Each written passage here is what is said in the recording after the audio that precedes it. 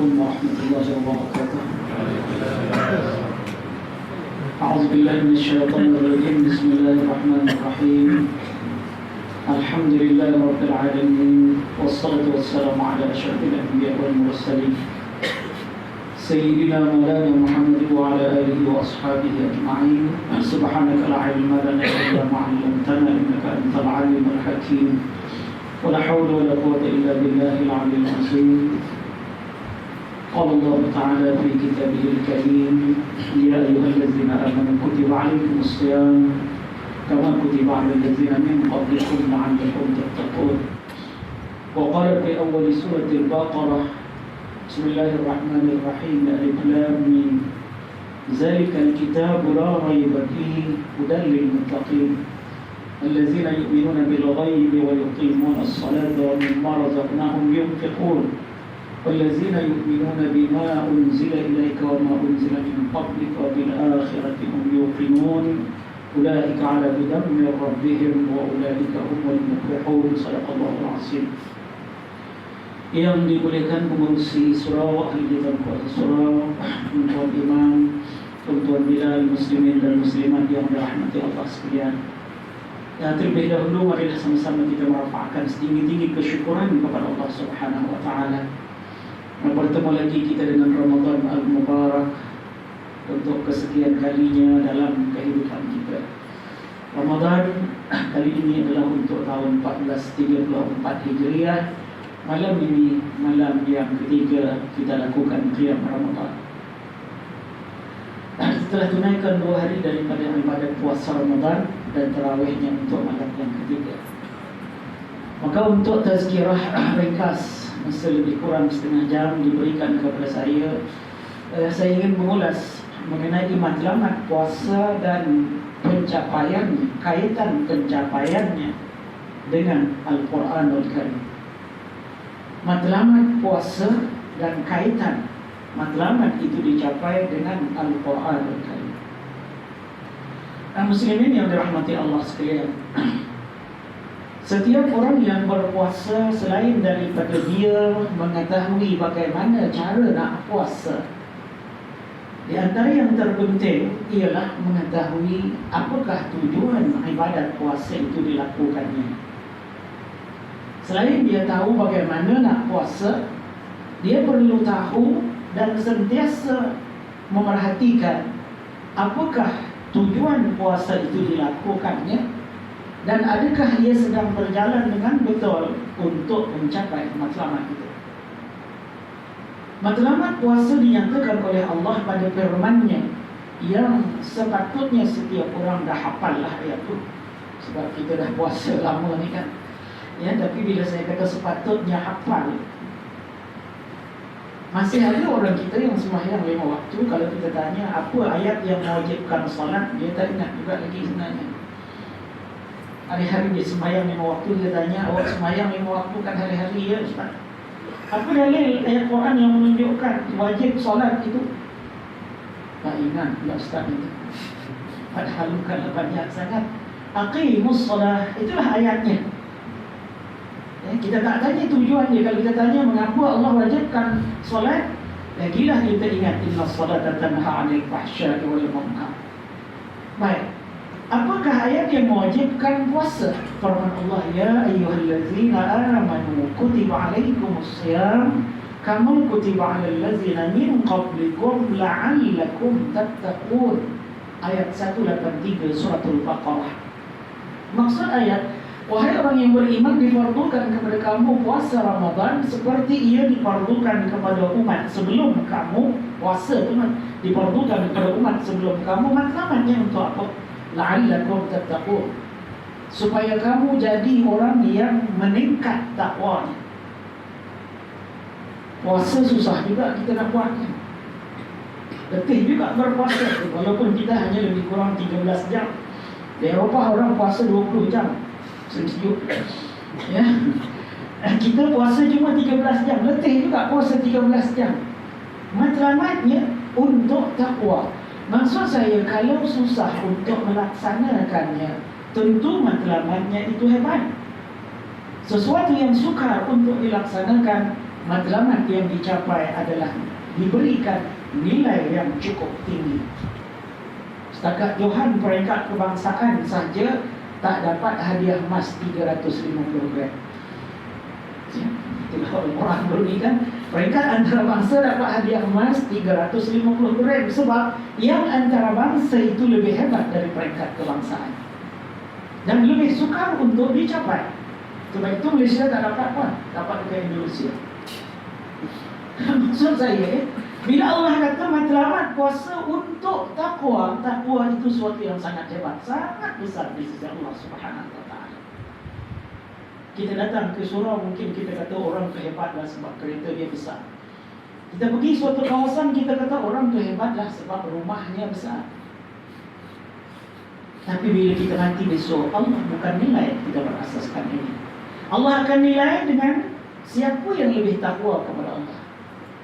Firman Allah, ya ayuhan nas, inna khalaqnakum min dzakari wa unsa wa ja'alnakum syu'uban wa qabaila lita'arafu inna akramakum 'indallahi atqakum. Wahai manusia, aku jadikan kamu ada lelaki ada perempuan, berbangsa-bangsa dan bersuku-suku bangsa, untuk kamu mengenal sahaja. Aku tak nilai kamu dengan kamu laki-laki, kamu perempuan, kamu bangsa Arab, kamu bangsa Cina, kamu bangsa Melayu. Aku tak nilai. Allah kata, aku akan nilai kamu. Inna akramakum, sesungguhnya orang paling mulia di kalangan kamu nanti, atqakum, siapa lebih takwa di kalangan kamu. Baik muslimin rahimakumullah. Kalau begitu, takwa adalah sesuatu yang sangat hebat dan besar di sisi Allah. Lalu persoalannya, sebab tu saya kata tadi, bila kita nak puasa, kita kena ingat, nak dicapai takwa. Apa pasal nak kena ingat, adakah orang puasa tak dapat takwa? Rasulullah sebut, rubba sa'imin lam yajid min siyamihi illa al-ju'a wal 'atasha. Nabi kata banyak orang puasa dia tak dapat apa-apa kecuali lapar dan dahaga saja. Kita takut kita masuk di situ. Lalu saya nak kaitkan tadi, bagaimana pencapaian matlamat puasa untuk takwa dengan Al-Quran Al-Karim. Sebut tadi kan. Baik, macam mana kita nak kaitkan? Yang pertama kita kaitkan begini. Ada ke tidak Quran menerangkan tentang ciri orang takwa? Kalau ada, ayat ini penting kita pahami. Sebab kita nak jadikan puasa ini mencapai matlamat, maka kita perlu lakukan apa yang disebut oleh Al-Quran sebagai sifat orang yang bertakwa. Tentang kehebatan orang takwa, tadi saya dah sebut, inna akramakum 'indallahi atqakum. Selain daripada itu, orang takwa tak usah bimbanglah apa juga masalah, Allah akan beri kepada dia jalan keluar daripadanya. Allah sebut, wa may yattaqillaha yaj'al lahu makhraja. Itu kehebatan orang takwa. Baik, ciri orang takwa dekat mana ya ada dalam Quran itu? Tadi kita buat tahlil arwah. Tiap-tiap malam buat tahlil kan kat sini. Tiap malam buat tahlil. Tiap malam lah kita baca ayat itu. Saya baca tadi di awal. Kita baca di surah Al-Baqarah. Kita akan mula dengan Alif Lam Mim. Zalikal kitabu la raiba fihi hudan lil muttaqin. Hanya Allah yang tahu apa maksud Alif Lam Mim. Ia menjadi dalil Quran itu mukjizat. Zalikal kitab, kitab Quran itu. Ini nak kaitkan Quran dengan pencapaian matlamat puasa. Zalikal kitab, kitab Quran itu la raiba fihi. Satu pun isi kandungannya tidak diragukan. Dia dari Allah dan dia adalah benar. Mana-mana saja ayat Quran dari Allah. Qul huwallahu ahad, dari Allah. Alhaakumut takasur, dari Allah. Wailul likulli humazatil lumazah, dari Allah. Amma yatasalun, dari Allah. Semuanya dari Allah. Itu dianya benar dari Allah.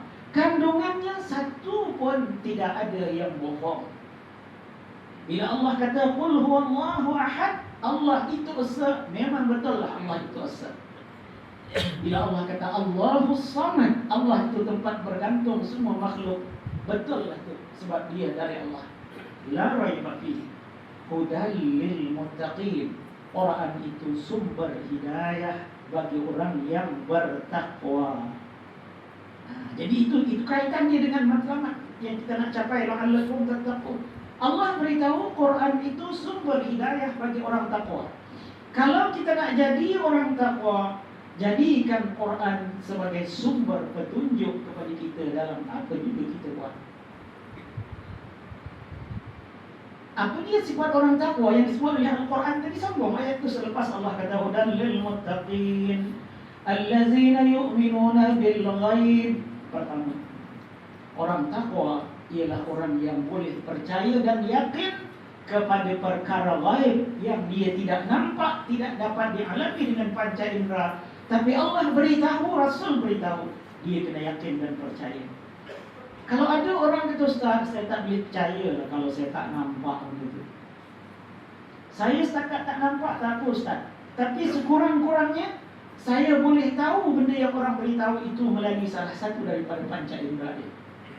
Saya tak pernah nampak angin Ustaz, tapi saya rasa angin bertiup ke badan saya percaya ada angin. Orang sering beritahu kepada saya, Ustaz, ada malaikat kiraman katibin tulis amal. Tak pernah pula saya rasa dia sentuh dia, atau saya sentuh dia, atau dia sentuh saya.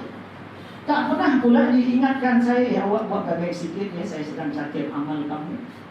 Saya tak pernah lihat pula dia. Oleh itu saya tak percaya ada malaikat kiraman katibin. Orang ni tak percaya kepada benda ghaib yang disebut oleh Al-Quran, wa inna alaikum lahafizin kiraman katibin ya'lamuna ma taf'alun. Orang tak boleh percaya benda gaib, tapi Quran dan Nabi beritahu orang itu tak boleh jadi orang takwa. Tak payahlah dia puasa semua, sebab dia tidak akan capai matlamat puasa kalau dia tak boleh percaya perkara gaib. Itu yang pertama. Kerana masa terhad, saya nak ringkaskan. Yang kedua, sifat orang bertakwa setelah Allah sebut allazina yu'minuna bil ghaibi wa yuqimuna as-salah. Orang takwa mesti orang yang menunaikan salat 5 waktu, bukan salat 3 waktu. Ya. Kalau salat 3 waktu dia tak boleh jadi orang takwa.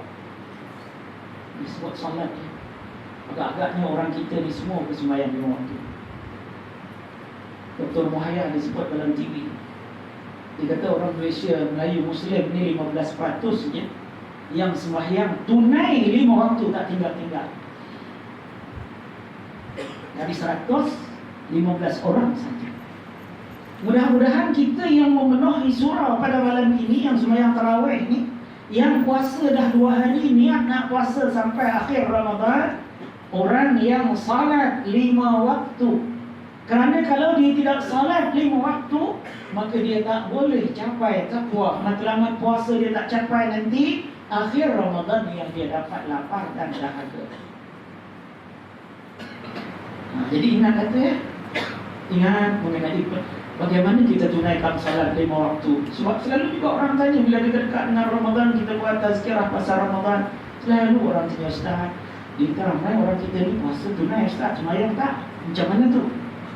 Jawapannya kita kena jawab begitu. Kalau dia tak tunai sembahyang 5 waktu, dia puasanya itu tidak akan menghasilkan manfaat pencapaian matlamat untuk jadi orang takwa.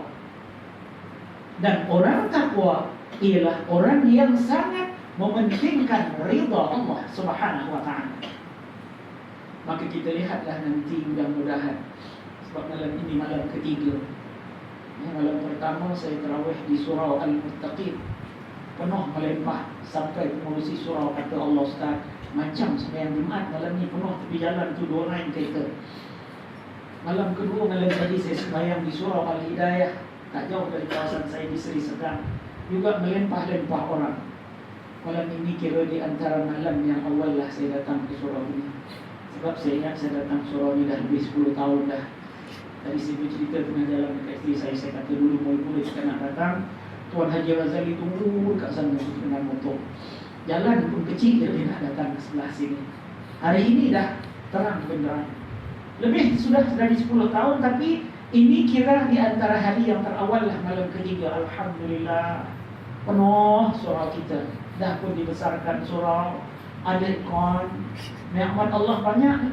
Banding dengan dulu, alhamdulillah sebenarnya ramai orang mudah-mudahan. Nah, tapi saya hanya dapat datang sekali ni lah. Surau yang pertama saya datang tu, saya akan datang lagi 24 kali bulan Rejab. Saya beritahu dekat mereka, saya nak tengok penuh macam itu pada 24 Rejab lah. 24 Ramadan saya kata saya akan datang lagi. Itu di antara 2-3 surau yang saya dapat datang 2 kali. Mudah-mudahan penuh seperti itu. Mudah-mudahanlah juga kita di sini akan kekal seperti ini sebab kita meningkat takwa. Baik yang kedua, orang yang menunaikan salat. Yang ketiga, orang ciri yang bertakwa, mimma razaqnahum yunfiqun. Orang yang membelanjakan sebahagian dari rezeki yang diberi oleh Allah.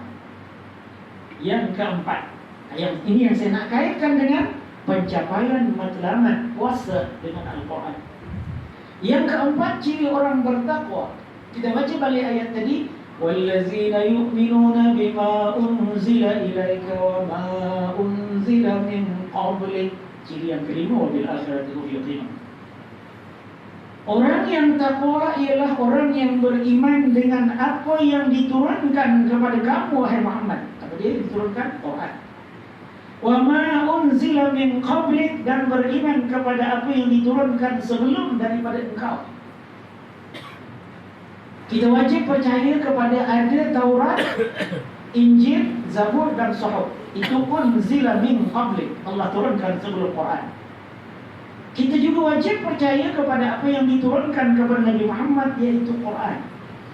Cuma muslimin rahimakumullah, berbeza di antara beriman dengan Quran dengan beriman dengan Taurat, Injil dan Zabur. Kita tak boleh letakkan sama. Kerana beriman dengan Taurat, Injil dan Zabur sekadar kita wajib percaya Allah telah menurunkan kitab Taurat kepada Musa, Injil kepada Isa, Zabur kepada Nabi Daud alaihi salatu wassalam. Quran, cukupkah kita? Saya percaya Allah menurunkan Quran kepada Nabi Muhammad sallallahu alaihi wasallam. Tak cukup begitu. Maknanya beriman dengan Quran berbeza dengan beriman dengan Taurat. Beriman dengan Taurat tak perlu tahu apa isi kandungan Taurat kecuali yang diberitahu oleh Al-Quran. Quran beritahu di antara kandungan Suhuf, bukan kandungan Taurat. Kandungan Suhuf yang Allah turunkan kepada Nabi Musa dan Nabi Ibrahim menegaskan bahwasanya akhirat lebih baik daripada dunia. Inna hadza lafi suhufil ula, ada dalam Suhuf. Tapi bila kita beriman dengan Quran, Allah turunkan Quran untuk apa? Hudan lil muttaqin, sumber hidayah bagi orang takwa. Kalau dia sumber hidayah, kena faham. Nah, sampai kaitan Quran dengan pencapaian matlamat takwa. Beriman dengan Quran memerlukan kita sentiasa tadarus Al-Quran. Bila disebut tadarus Al-Quran, tadarus lah Ustaz, tiap tahun tadarus. Tapi yang tadarus orang tu kita mana-mana pun kan 7-8 orang, tak tahulah dekat sini kau ramai, biasanya adalah ada 30 orang, Alhamdulillah ya. 30 15 orang. Yang lain bukan tak boleh buat tadarus di rumah, kita boleh buat tadarus. Boleh buat tadarus dengan keluarga. Bahkan kalau kita ikut makna tadarus yang sebenar, kita boleh buat sendiri pun. Jangan Ustaz tadarus buat sendiri. Apa makna tadarus yang sebenar? Dalam surah khabar utusan, sisipan tulisan Yahudi. Dia utusan dia dulu tulisan Yahudi, akhirnya bumi tinggal sisipan dia tulisan Yahudi. Pada 1 hari bulan 10 2007, ada di sana tajuk tanyalah Dr. Zulkifli Muhammad Al-Bakri jawab. Soalan dia bunyi begini. Saya simpan ni dalam diary saya. Ada gambar dia pun, Dr. Zulkifli Muhammad Al-Bakri. Soalannya, bagaimanakah konsep tadarus Al-Quran yang sebenar? Sebabnya ada setengah tempat yang membaca dengan terlalu cepat, seolah-olah berlumba siapa yang khatam dulu. Kadang dia naikkan pena, surau kami khatam 20 hari bulan ni. Hebat betul 20 Ramadan dia dah khatam dah. Tengok surah lain, surah Al-Anfal 27 baru nak khatam. Jadi itu soalan jawapan. Jawapan daripada Dr. Zulkifli Muhammad Al-Bakri. Kenalkan Dr. Zulkifli Muhammad Al-Bakri dalam TV, ada dalam YouTube banyak. Dia ada karang kitab huraian kepada kitab Al-Hikam. Jawapannya begini. Konsep tadarus yang sebenar ialah memahami, menghayati dan mengkaji ayat dan makna Al-Quran yang disebut juga dengan tadabbur. Saya ulang, ini makna tadarus. Konsep tadarus yang sebenar ialah dengan memahami, menghayati dan mengkaji ayat dan makna Al-Quran yang disebut juga dengan tadabbur. Lepas tu disambung sikit. Walaupun begitu, dengan keberkatan Ramadan, kita digalakkan banyak membaca Al-Quran, kalau boleh mengkhatamkannya seperti para salafus salih. Antaranya ditulis Imam Syafi'i yang mengkhatam Al-Quran 2 kali sehari pada bulan Ramadan. Imam Syafi'i 2 kali sehari semalam khatam Al-Quran. Sebulan 60 kali khatam Al-Quran. Dan saya tanya orang yang hafal Quran, mereka kata waktu mereka melancar memang boleh 15 minit, 20 minit habis sekali khatam bagi yang dah hafal. Bukan kali khatam satu juzuk 20 minit. Kalau 20 minit memang habis satu hari sebenarnya khatam. Jadi malam lain pula. Tetapi yang penting tadarus itu. Tadarus bukan sekadar baca. Saya tertarik tadi bila imam baca doa arwah. Kali pertama saya jumpa doa arwah dari awal baca bahasa Melayu, akhir dia baru ada Rabbana atina fid dunya hasanah. Jangan nanti ada orang komen pasal pula tak afdal baca bahasa Melayu. Tak, sebenarnya baca bahasa Melayu tu pada saya lebih baik sebab ada orang tulis baru. Yang dia kata doa ini yang lebih baik ialah kalaupun doa itu asalnya doa maksur, doa yang kita faham. Kalau doa tuan-tuan dah ubah dari bahasa Arab tu kepada bahasa Melayu, tujuan untuk faham supaya dapat dihayati oleh orang yang baca dan orang yang mengaminkannya. Quran tak payahlah kita baca bahasa Melayu, baca Arabnya, baca Melayunya. Dengan baca Arab, baca Melayunya, insya-Allah dia lebih berkesan. Baru boleh kita jadikan sumber hidayah untuk kita. Macam mana nak kaitkan Al-Quran untuk kita mencapai takwa? Quran sumber hidayah. Sifat orang takwa yang terakhir, wa bil akhirati hum yuqinun. Orang takwa itu yakin dengan hari akhirat. Ini satu lagi. Rukun iman yang keenam ialah percaya kepada hari akhirat.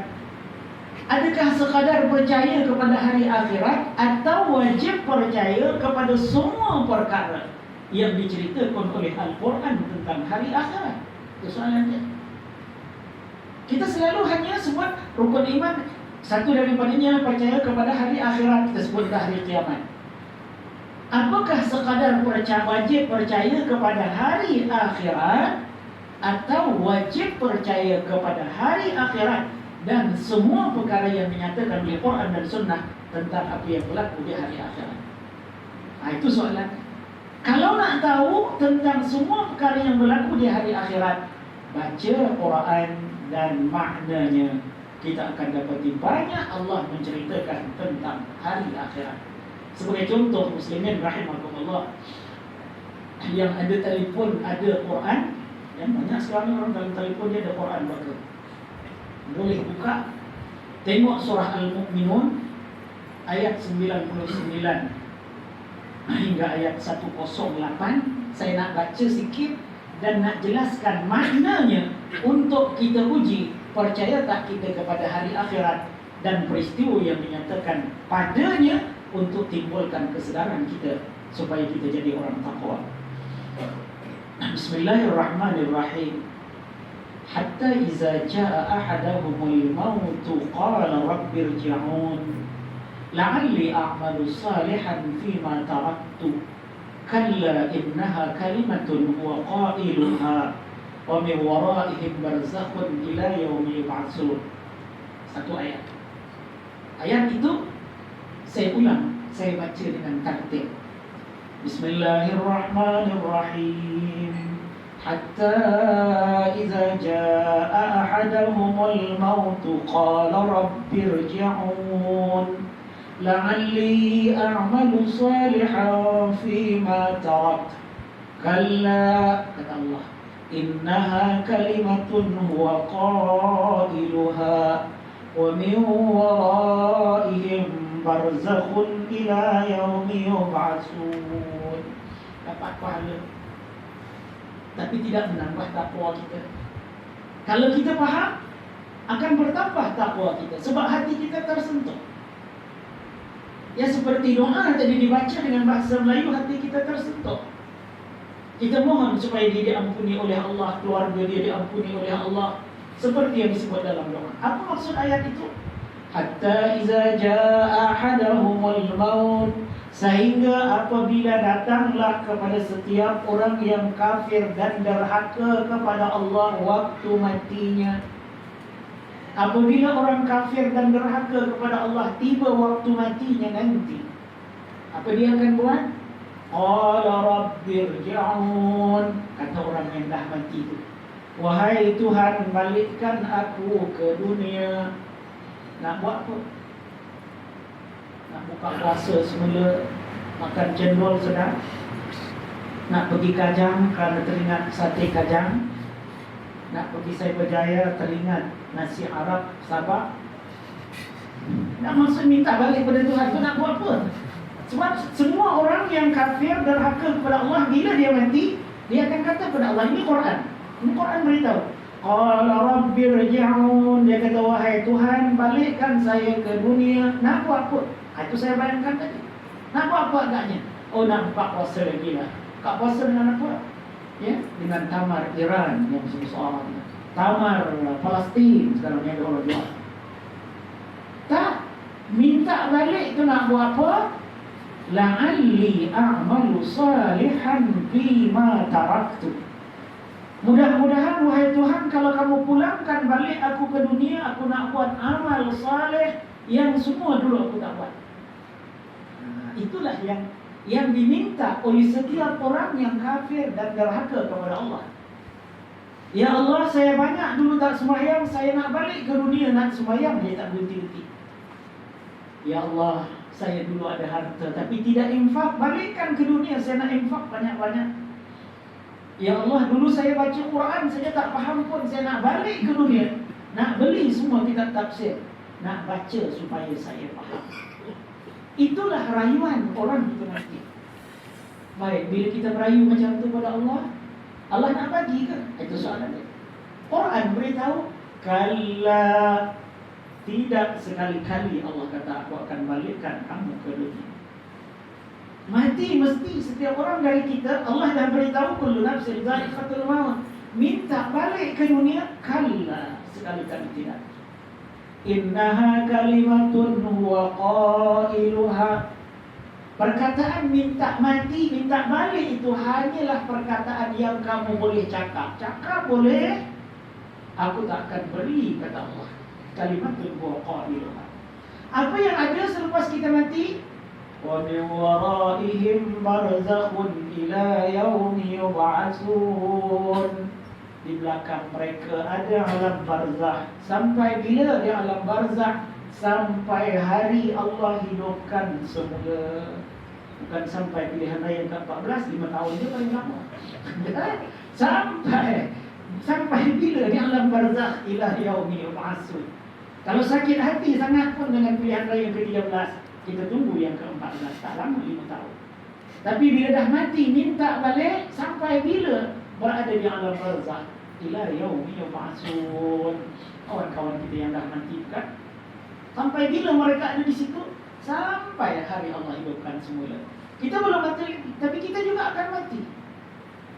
Bila kita mati nanti, kita akan berada di alam barzakh. Barzakh itu, betul Ustaz, ada barzakh. Tadi saya kata dah, la raiba fi, sebab Quran yang beritahu, tak ada ragu padanya. Barzakh itu apa dia? Alam kubur itu. Dia akan jadi apa? Kata Rasulullah SAW, barzakh itu akan jadi salah satu di antara dua.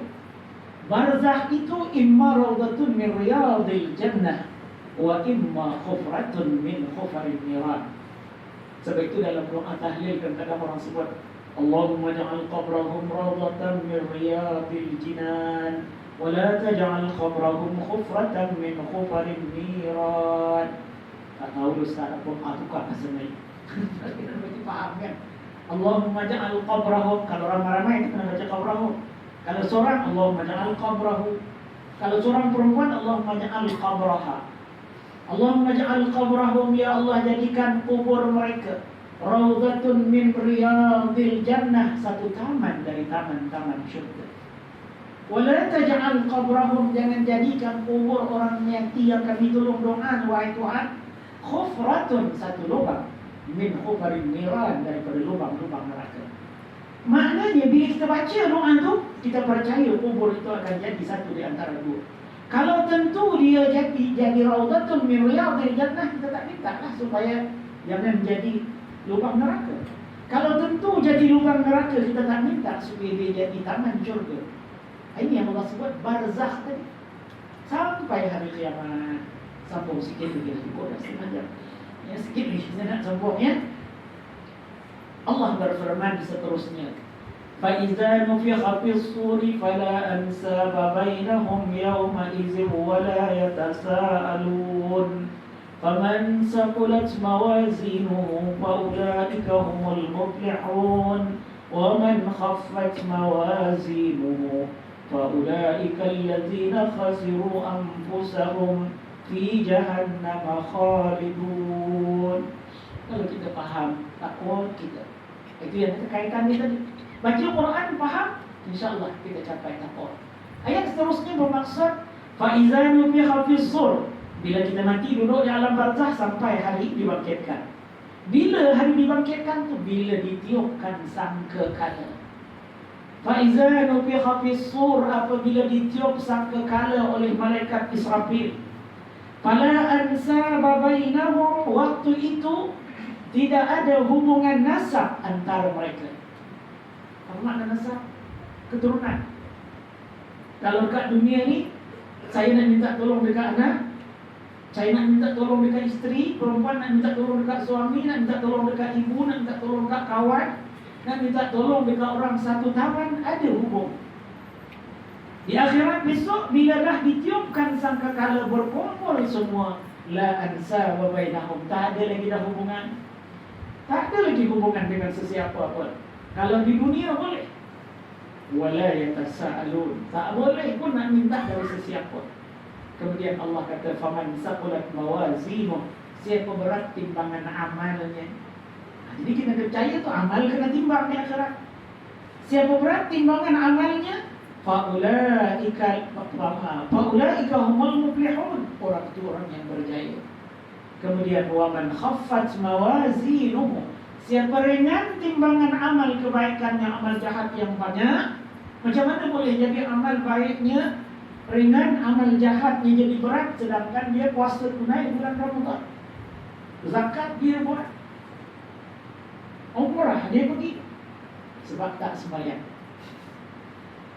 Sebab tak sembahyang je yang lain tu semua sekali tak pakai, ringan belaka. Sebab Rasulullah dah sebut dalam hadis, awal ma yuhasabu alaihi al-'abdu as-salat, ibadat pertama Tuhan tanya nanti sembahyang kita. Kalau baik sembahyang baik, yang lain rosak, salat habis yang lain. Na'udzubillah min zalik.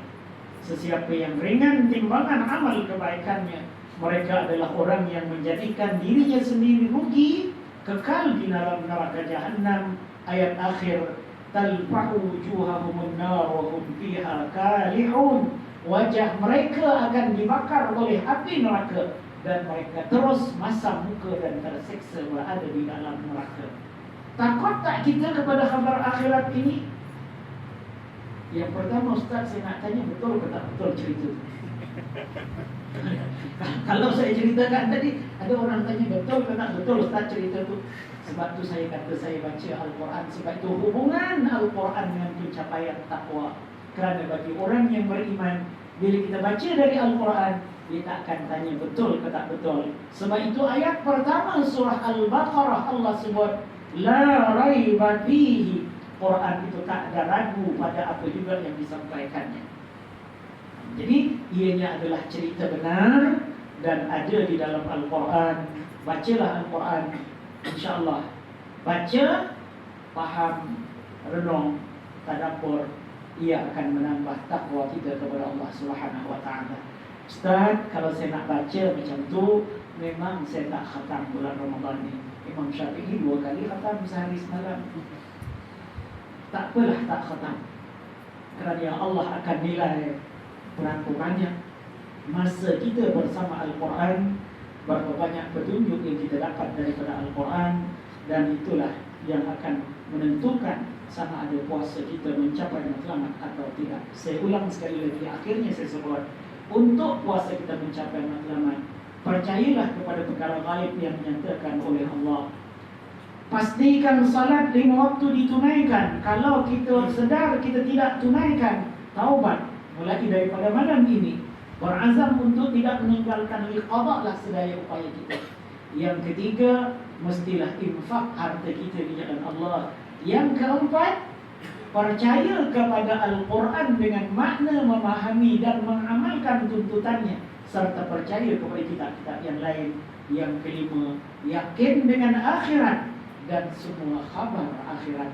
Saya cerita sikit saja tadi pasal akhirat. Terlalu banyak cerita pasal akhirat di dalam Al-Quran. Siapakah orangnya yang akan masuk syurga? Siapakah orangnya yang akan masuk neraka? Apa azab dalam neraka? Apa nikmat dalam syurga? Apa pakaian orang syurga? Apa makanan orang neraka? Di mana kita nak ambil? Rujuklah kepada Al-Quran. Semuanya ada. Kalau belum kita temui, maka salahnya ialah kerana kita tidak berusaha untuk memahami makna ayat-ayat Al-Quran. Sedangkan kemudahan telah ada. Anda selalu sebut, datuk nenek kita dulu boleh jawab, ya Allah, tak ada siapa nak ajar saya terjemahan Quran. Quran terjemahan pun tak ada. Sekarang ini alasan itu Allah tidak terima lagi. Imam baca pada rakaat yang pertama, summa latus'alunna yawma idzin 'anil na'im. Setiap orang Allah akan tanya tentang nikmat yang diberi oleh Allah kepada kita. Kalau dulu kita sembahyang tarawih ni yang paling seksa ialah panas. Sekarang sejuk kan? Siapa boleh nanti jawab, wahai Tuhan, aku tak datang tarawih sebab panas. Tak ada. Orang dulu boleh kata, saya tak datang tarawih, nyamuk banyak. Sudah kat kampung zaman kita kanak-kanak. Sekarang mana ada nyamuk. Kalau kita nak kata panas, sudah sejuk. Siapa boleh kata, wahai Tuhan, aku tak faham Quran sebab tak ada Quran terjemahan. Orang zaman kita tak boleh beri alasan itu kepada Allah Subhanahu wa ta'ala. Jadi sekadar itulah ya, minta maaf terlebih masa sedikit, minta maaf kalau menyentuh perasaan sesiapa. Tapi itulah yang saya nak sampaikan. Kita baru berada pada malam ketiga. Betulkanlah penghayatan kita kepada Ramadan ini, kerana sesungguhnya Allah panjangkan umur kita sampai ke Ramadan. Perlu disyukuri dengan bersungguh-sungguh melaksanakan ibadat di bulan Ramadan. Semoga Allah ampuni dosa kita, kerana Rasulullah menyatakan, sesiapa yang berpuasa di bulan Ramadan dengan penuh keimanan dan benar-benar mengharapkan keredaan Allah, ghufira lahu ma taqaddama min dzambi. Allah ampun dosanya yang telah lalu. Saya ucapkan terima kasih sekali lagi kerana dijemput. Saya mohon maaf banyak-banyak kalau salah silap. Mudah-mudahan apa yang saya sampaikan menjadi tazkirah untuk diri saya dan untuk kita semua, insya-Allah. Aqulu qawli hadza wa astaghfirullahal azim li wa lakum. Wabillahi taufiq wal hidayah. Wassalamualaikum warahmatullahi wabarakatuh. Alhamdulillah.